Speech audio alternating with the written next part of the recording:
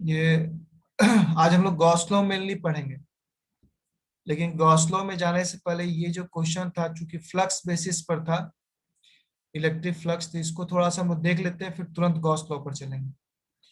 इस क्वेश्चन में क्या है कि हमारे पास एक सिलेंडर है जिसका कि रेडियस आर दिया हुआ है। ये देखिए आपका रेडियस आर दिया हुआ, इसका समथिंग लेंथ भी हो सकता है। चलो इसका कुछ लेंथ मान लेते हैं, कलर चेंज कर देते हैं।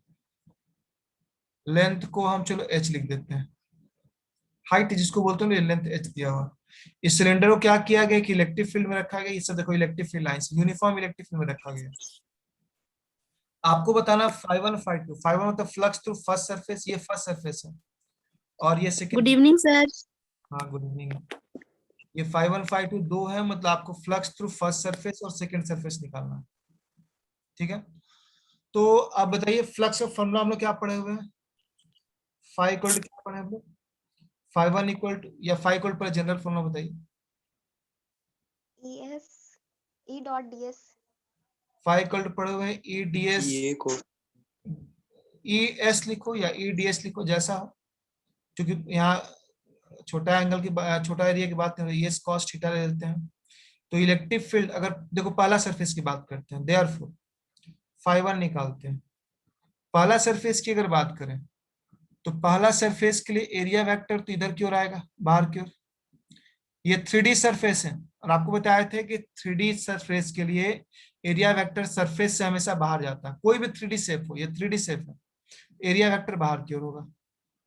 वो यहां पर लो चाहे यहां पर भी एरिया वेक्टर किधर होगा, बाहर की ओर होगा। चाहे यहां पर भी एरिया वेक्टर क्या होगा, बाहर की ओर होगा। हर पॉइंट पर एरिया वेक्टर बाहर की ओर होगा। अच्छा, इसका एरिया वेक्टर है, इसका वेक्टर है, इसका एरिया वेक्टर को थोड़ा अलग दिखाना होगा, है ना। इसको एस डैश कर देते हैं। क्यों?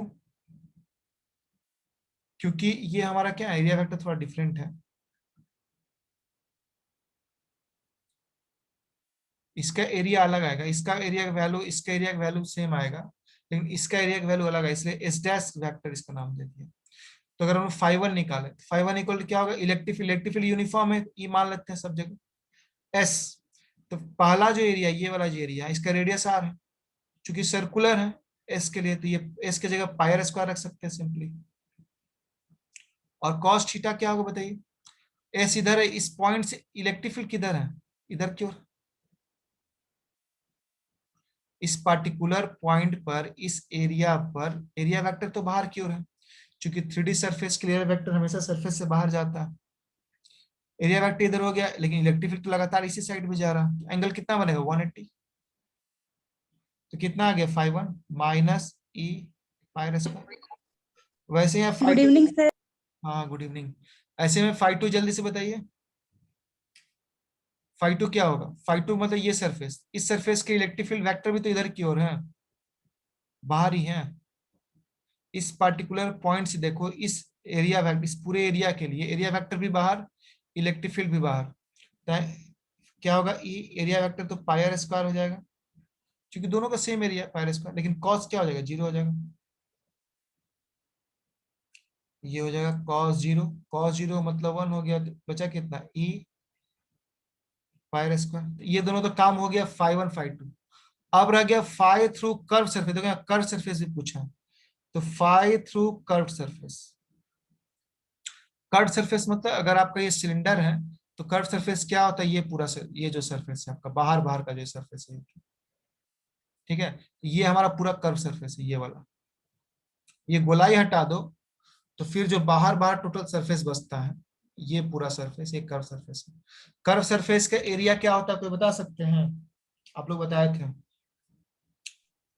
2 पाई आर एच। 2 π r h। इस पॉइंट से जरा हमको बताइए इलेक्ट्रिक फील्ड किधर होगा, इधर क्यों।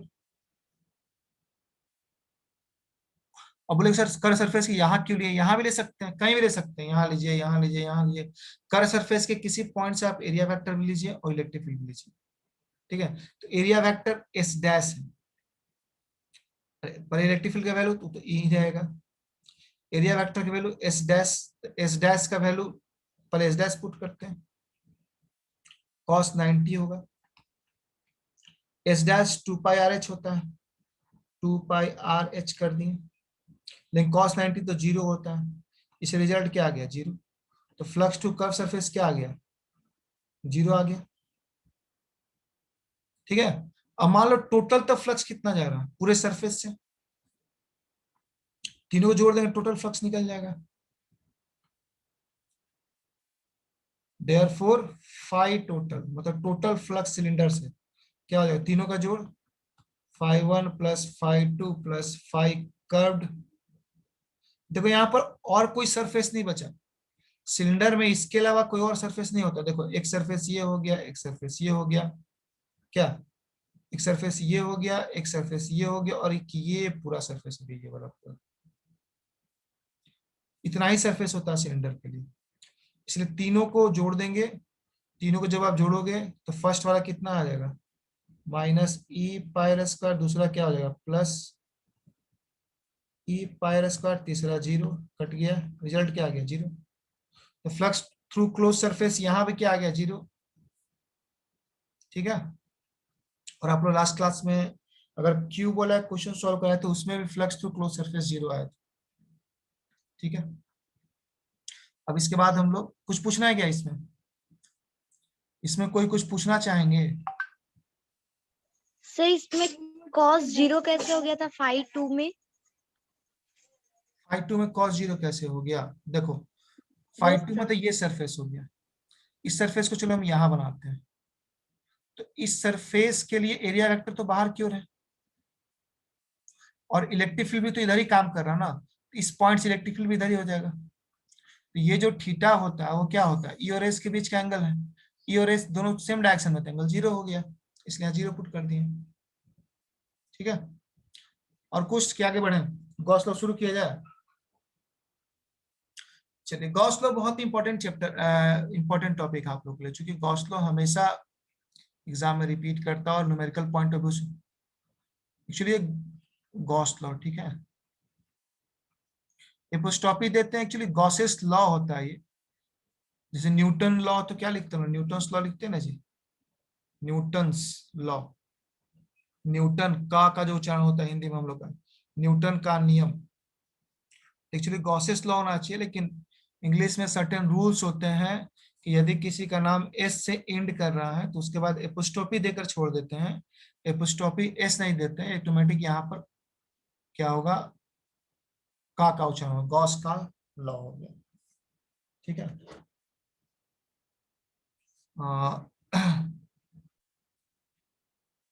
गॉस लॉ शुरू करते हैं। गॉस लॉ देखो, पहले इसका स्टेटमेंट देख लेते हैं। गॉस लॉ बेसिकली है क्या, जरा बता दें आप लोग को। गॉस लॉ बताता है स्टेटमेंट पहले समझ जाते हैं, बिना स्टेटमेंट का गॉस लॉ के बारे में कुछ कहना ठीक नहीं है। इसका स्टेटमेंट देखो क्या करता है, एग्जाम में आप स्टेटमेंट जरूर लिखिएगा गॉस लॉ का पूछता है तो। ये क्या कहता है, it states that, it states that the total electric flux through any closed surface in vacuum is 1 by epsilon naught times the net charge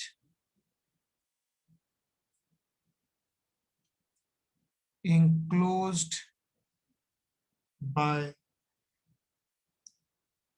that surface।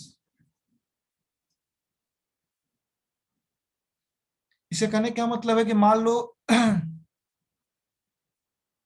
दो तीन पॉइंट एग्जामिनर आपसे खोजेगा इसके बारे में, पहला कि क्लोज सरफेस वो खोजेगा, दूसरा यहाँ एक नेट चार्ज। जनरली बच्चे क्या करते हैं जल्दीबाजी में ऐसा लिख देंगे, it state that total electric flux through any surface, close surface यहाँ होना चाहिए।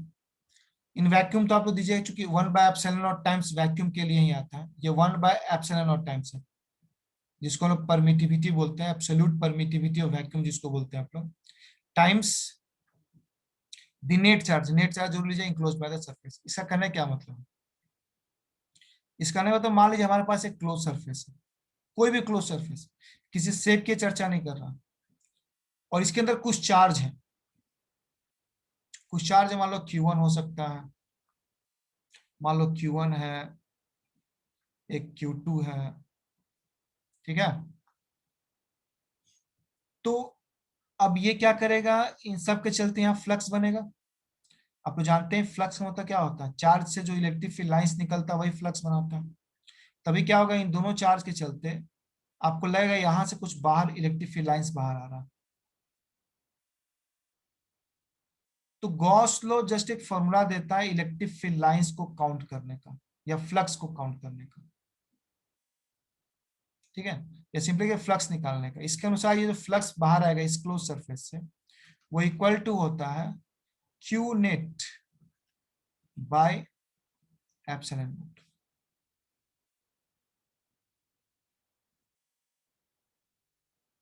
वेयर क्यू नेट क्या है, यहां पर क्यू नेट क्या होगा, दो चार्ज है ना, तो Q1 प्लस Q2, जितना चार्ज रहेगा उतना प्लस डॉट डॉट डॉट, ये हो गया net charge. Net charge inside closed surface, close surface के अंदर कितना नेट चार्ज है, ठीक है। और एप्सिलॉन नॉट तो नोन सी बात है, ये क्या होता है, एब्सोल्यूट परमिटिविटी। इसका वैल्यू बता सकते हैं कि आपको किसी को याद है?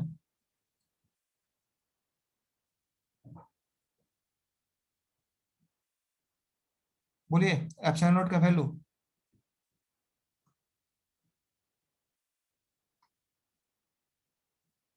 कोई बता सकते हैं क्या एप्सिलॉन नॉट का वैल्यू? 8.85 10 पावर, बोलिए। -12। -12 होता है, चलिए ठीक है। तो देखिए गॉस लॉ का स्टेटमेंट है, और ये यहाँ पर सिंपल सी बात याद रखना है, ये जैसे स्टेटमेंट है इसको हम प्रूफ करेंगे, जो पुराना नियम हम लोग पढ़े ना, फ्लक्स फ्लक्स का डिफिनेशन है, इसको हम प्रूफ करेंगे, लेकिन प्रूफ करेंगे हम सर्कुलर सरफेस के लिए, जबकि किसी सरफेस के लिए वैलिड है। मान लो ये स्क्वायर शेप इस तरह का, यहाँ पर कोई चार्ज रखा हुआ, 10 कूलम चार्ज रखा हुआ, और आपसे पूछेगा इससे कितना फ्लक्स जा रहा, तो सिंपल सी बात है, फाइव बराबर क्या करेंगे, 10/एप्सिलॉन नॉट, हो गया आंसर, ये आंसर हो गया।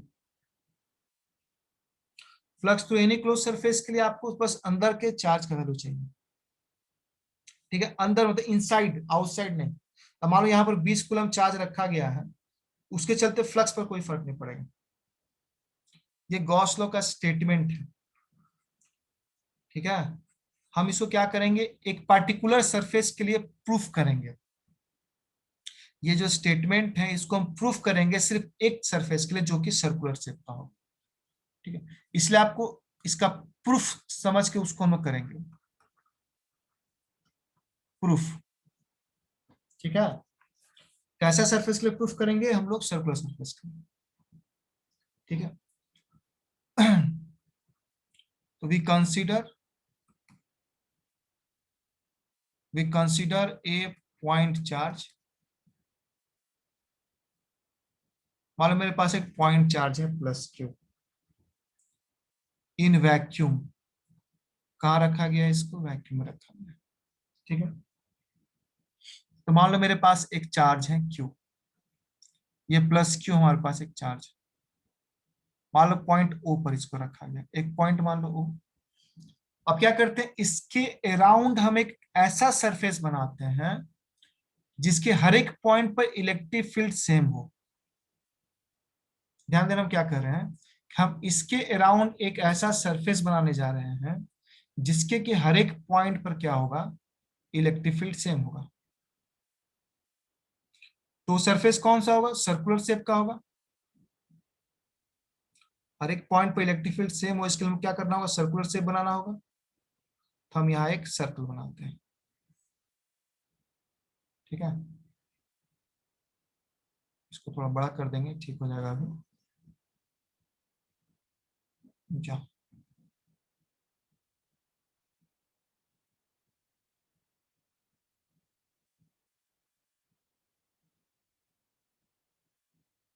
पूरे सरफेस को इधर मूव करना है। तो देखो ये क्या हमारे पास चार्ज क्यू था, इसके राउंड हम लोग एक गोल सरफेस बना दिए, क्लोज सरफेस है, टी अपने मन से बनाए हैं। लेकिन आप कंडीशन बस ये है कि इसके हर एक पॉइंट आप कोई और सरफेस भी बना सकते हैं, लेकिन कंडीशन ये होना चाहिए कि उसके हर एक पॉइंट पे इलेक्ट्रिक फील्ड सेम हो। तो इस तरह का सरफेस जो किसी चार्ज के राउंड बनाया जाता है, इसका स्पेशल नाम होता है, इसको हम लोग गॉसियन सरफेस नाम दे सकते हैं, गॉसियन सरफेस। गॉसियन सरफेस ऐसा सरफेस होता है जिसके हर एक पॉइंट पर इलेक्ट्रिक फील्ड का वैल्यू सेम होता है। आगे देखेंगे या तो सेम होता है या तो जीरो होता है, दो कंडीशन है। गॉसियन सरफेस के लिए दो कंडीशन है कि उस सरफेस के हर एक पॉइंट पर या तो इलेक्ट्रिक फील्ड सेम होगा या तो फिर क्या होता है, जीरो होता है। तो फिलहाल एक ऐसा गॉसियन सरफेस है जिसके कि हर एक पॉइंट पर इलेक्ट्रिक फील्ड क्या होगा, इक्वल है। ये बस प्रूफ के लिए आपको गॉसियन सरफेस बनाना पड़ेगा। अब चलिए हम बात करें इसका प्रूफ के लिए। चलिए इस गॉसियन सरफेस का एक छोटा सा एरिया हम लेते हैं, एक छोटा सा एरिया। देखिए एक्चुअली क्या है ना कि थोड़ा सा मोटा कर देते हैं,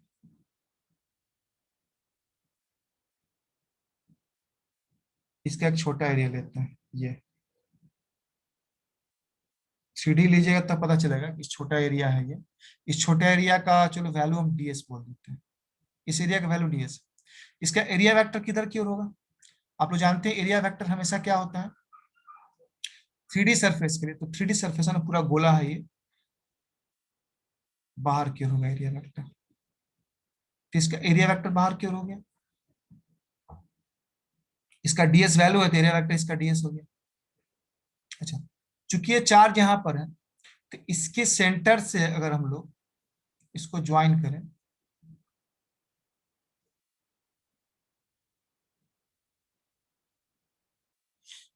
अरे ये क्या, एक इलेक्ट्रिक फील्ड भी इधर हम बना सकते हैं। आप तो जानते हैं चार्ज से इलेक्ट्रिक फील्ड दूर की ओर जाता है, यहाँ एक इलेक्ट्रिक फील्ड भी यहां से बना लेते हैं। तो इस पर्टिकुलर पॉइंट पर, इस पॉइंट को P बोलते हैं, लिखते हैं flux through a small area ds। Flux का फॉर्मूला क्या होता है याद है,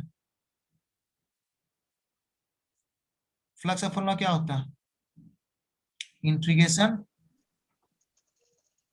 अच्छा पहले जनरल लेते हैं, ds के थ्रू छोटा फ्लक्स जाएगा, एकदम पूरा तोड़ के दिखाते हैं, जो कि होगा ई ds cos थीटा। चूंकि यहाँ ई और ds के बीच का एंगल क्या है, इलेक्ट्रिक फील्ड किसके चलते हैं, चार्ज के चलते हैं। ई और ds के बीच का एंगल कितना है, जीरो है। सिंपली क्या लिखेंगे, ई ds cos जीरो, तो डी फाई इक्वल क्या आ गया, ई ds। क्वेश्चन नंबर 1 होगी।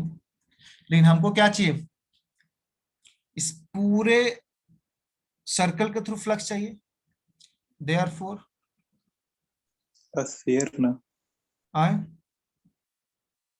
हाँ स्फीयर होगा ये, गॉसियन सरफेस या गॉसियन सरफेस है, इसको स्फीयर लिख देते हैं, ऐसा नहीं कि बाद में कंफ्यूजन शुरू हो जाए। ये स्फीयर का छोटा सा पार्ट हम लिए हैं, फ्लक्स थ्रू होल सरफेस बोलो, या ब्रैकेट में इसको स्फीयर लिख दो ताकि लगे नहीं ये स्फीयर ही है।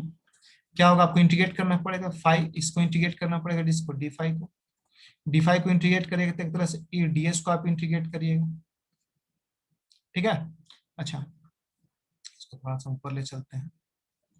अच्छा आप लोग बता सकते हैं कि ये डिस्टेंस अगर r होगा, अगर ये डिस्टेंस O और P के बीच का डिस्टेंस r है तो इलेक्ट्रिक फील्ड का वैल्यू कितना होगा यहाँ पर, 1/4 पाई एप्सिलॉन नॉट लोग क्यू पढ़े हुए बाई हैं आर कि स्क्वायर। इलेक्ट्रिक फील्ड का फॉर्मूला क्या होता है, 1/4 पाई एप्सिलॉन नॉट। तो नेक्स्ट स्टेप में क्या करेंगे हम लोग, इलेक्ट्रिक फील्ड का वैल्यू पुट कर देंगे 1/4 pi epsilon naught Q by R square. ये जनरल फॉर्मूला होता है इलेक्ट्रिक फील्ड का, ये लोग पढ़े हुए हैं, 1/4 pi epsilon naught Q by R square होता है। ds के जगह ds रहने देते हैं, ठीक है। जो कांस्टेंट है बाहर निकाल दो, इसको देख के लग रहा है सबका सब कांस्टेंट है ds को छोड़ के, क्या सबको बाहर निकाल सकते हैं? तो कुछ तो बदलने वाला है नहीं, q बदल नहीं रहा, r बदल नहीं रहा, इसलिए सबका सब को हम बाहर निकाल सकते हैं, सबका सब कांस्टेंट की तरह यहाँ बिहेव करेगा, ठीक है। तो नेक्स्ट में क्या करते हैं हम लोग, इसको थोड़ा सा और ऊपर ले चलते हैं। ये 1/4 पाई एप्सिलॉन नॉट को बाहर कर देते हैं q के साथ, और r भी बाहर हो जाएगा, 1/r भी बाहर हो जाएगा। बचा क्या, इंटीग्रेशन ds। अब हमको ये बताइए, ये मेरा गोला था, स्फीयर है, ठीक है। R square. हाँ, ये ऐसा ऐसा सा सरफेस आप जोड़ते जाएगा तो पूरा गोला मिल जाएगा ना, ये है ना। एक्चुअली कहने क्या मतलब है, यहाँ हम लोग यहाँ पर देखे थे इलेक्ट्रिक फील्ड और ds के बीच का एंगल, फिर वही चीज यहाँ भी देख सकते हैं, यहाँ से भी ds बाहर होगा, इलेक्ट्रिक फील्ड बाहर होगा। वही चीज यहाँ भी देख सकते हैं, इलेक्ट्रिक फील्ड और ds के बीच का एंगल, E और ds के बीच का एंगल, सब जगह सेम चीज है, इसलिए पूरे को इंटीग्रेट कर देंगे तो रिजल्ट आ जाएगा ds। और चूंकि किसी गोले का सरफेस एरिया लास्ट क्लास में डिस्कस किए थे, स्फीयर का क्या होता है 4πr², तो 1/r ये हो जाएगा 4πr² ds का इंटीग्रेशन, ठीक है। इंटीग्रेशन मतलब पूरे का एरिया का जोड़ आ गया एक तरह से। तो r 4 आर i और 4πr होता है, और यहाँ 4πr², ये r² छोड़िए, 4πr², 4π कैंसिल, r² कैंसिल, इधर 5 था, 5 बराबर क्या आ गया,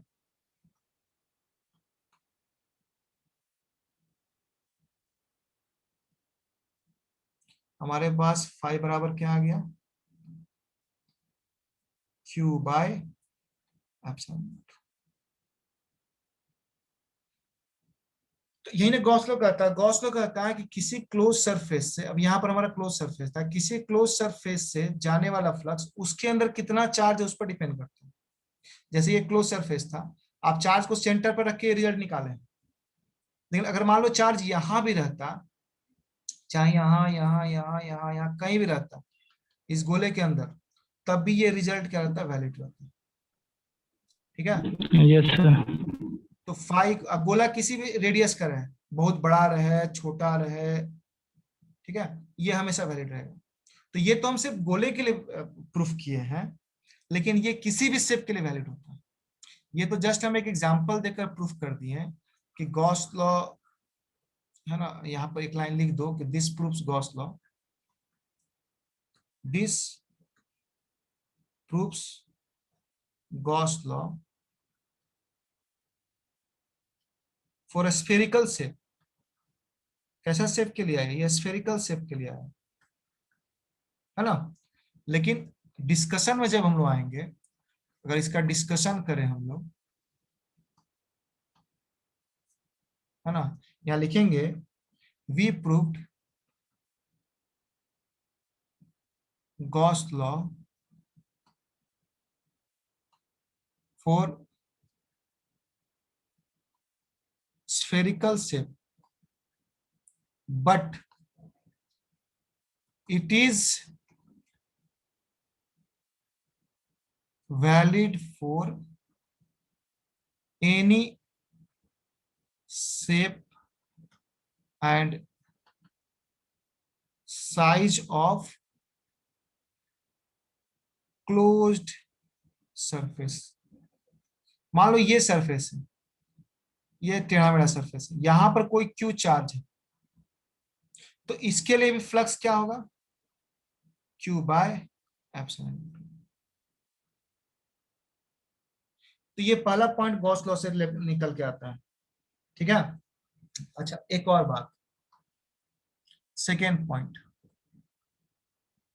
for any medium,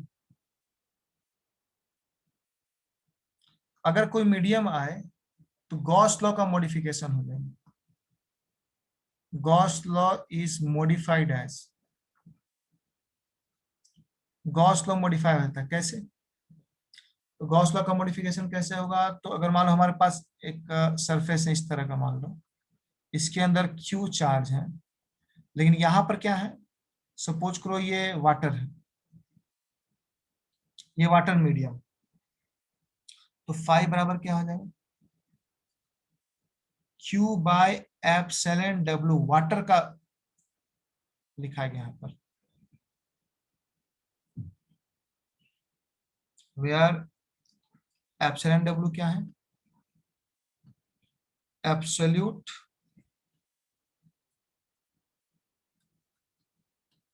permittivity of water. बता सकते हैं लोग इसका वैल्यू कितना होता है एब्सोल्यूट परमिटिविटी का, या आप नहीं याद है तो कोई बात नहीं, आप ऐसा करिए ना, आप इतना तो बताइए कि वाटर के लिए एप्सिलॉन R का वैल्यू कितना होता है, ये आप लोग बताए थे हम, वाटर के लिए, मेटल के लिए, एयर के लिए, आपको बोले थे याद रखने के लिए। एप्सिलॉन R कितना वन होता है वाटर के लिए, कितना होता है, 80। 81. मेटल के लिए कितना होता है ये वाटर के लिए, मेटल के लिए कितना होता है एप्सिलॉन R, इनफाइनाइट होता है। ये दो तीन याद रखिएगा, है ना, ये दो में से अक्सर आता है, जरूरत पड़ता है। अच्छा, एक और रिलेशन आप लोग बताए, एप्सिलॉन R इक्वल क्या होता है, एप्सिलॉन बाय एप्सिलॉन नॉट, जिसमें एप्सिलॉन क्या है, मीडियम है, तो यहाँ वाटर है एप्सिलॉन की जगह, तो इसके जगह हम क्या लिख सकते हैं, epsilon R into epsilon not, ये भी एक फॉर्मूला काम करेगा, जिसमें एप्सिलॉन R के वैल्यू क्या होता है, वाटर है तो 80 हो जाएगा, 80 एप्सिलॉन नॉट। तो देखो जैसा क्वेश्चन रहा उस हिसाब से हम लोग काम करेंगे, ठीक है। अब देखिए अब क्या होता है, जैसे सपोज करो हमारे पास एक क्वेश्चन देखते हैं, अब हम लोग न्यूमेरिकल पे चलते हैं, इससे अब डिस्कशन के लिए वैसा कोई पॉइंट नहीं है। एक और पॉइंट लिख लो, थर्ड पॉइंट, चार्ज में लाई, चार्ज में लाई anywhere inside the closed surface. Charge जो है क्लोज सरफेस के कहीं भी हो सकता है, जैसे क्लोज सरफेस है तो चार्ज यहाँ यहाँ कहीं भी हो सकता है, ठीक है। ये बस स्टेटमेंट। चल जल्दी से क्वेश्चन देखते हैं, एक न्यूमेरिकल देखो तो समझ में आ जाएगा। न्यूमेरिकल है कि हमारे पास एक क्यूब है, जल्दी से समझने की कोशिश किया जाए। हमारे पास एक क्यूब है, इस तरह से एक क्यूब है, क्यूब पर बहुत सारा क्वेश्चन आता है। पहला कंडीशन है कि क्यूब के बीच में एक चार्ज रखा गया, क्यूब क्यूब के बीच में, तो क्वेश्चन है find flux through whole cube. बताइए पहला पॉइंट ये, पूरे क्यूब से फ्लक्स कितना जाएगा, तो फाई इक्वल फॉर्मूला क्या होता है, जितना चार्ज, क्लोज सरफेस है ना ये, तो जितना चार्ज क्लोज सरफेस के अंदर है बाय एप्सिलॉन नॉट, हो गया, ये आंसर हो गया।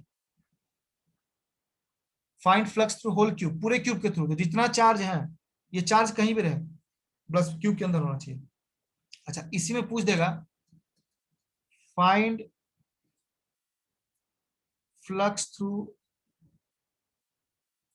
Any one of its face, किसी एक फेस से कितना फ्लक्स जा रहा है, मतलब मान लो पूछ रहा इस फेस से कितना फ्लक्स जा रहा है, आपसे पूछ रहा है, इसको फेस 1 मान लो, है ना। फाइंड फ्लक्स यानी मान लो पूछ रहा फाई 1, क्या होगा फाई 1, क्या होगा बताइए तो।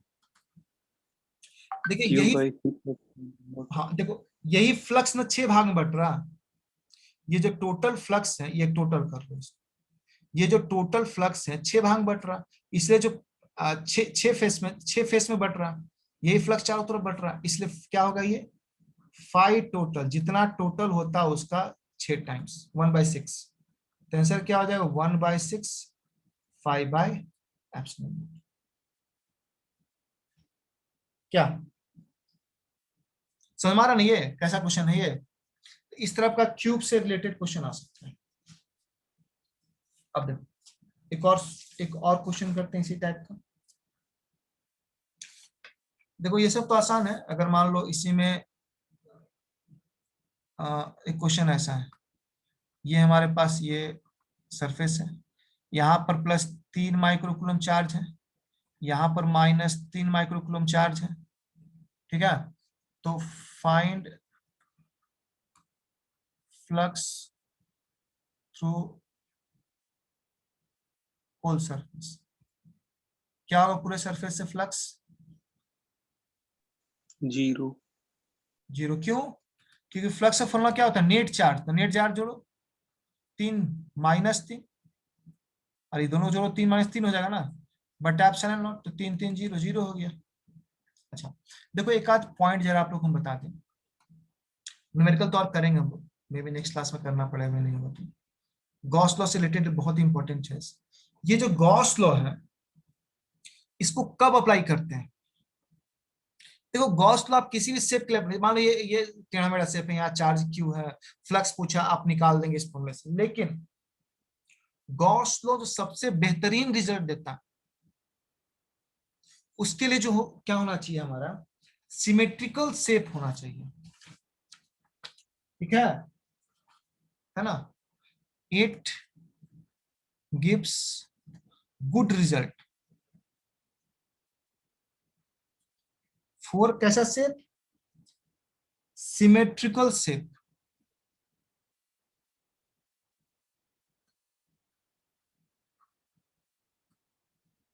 सिमेट्रिकल शेप का खासियत होता है कि कहीं से भी काटो एक जैसा भाग निकलता है। जैसे मान लीजिए गोलाई है, 2 भाग निकल गया, ये सिलेंडर है, इसको बीच में 2 एक जैसा भाग निकल गया।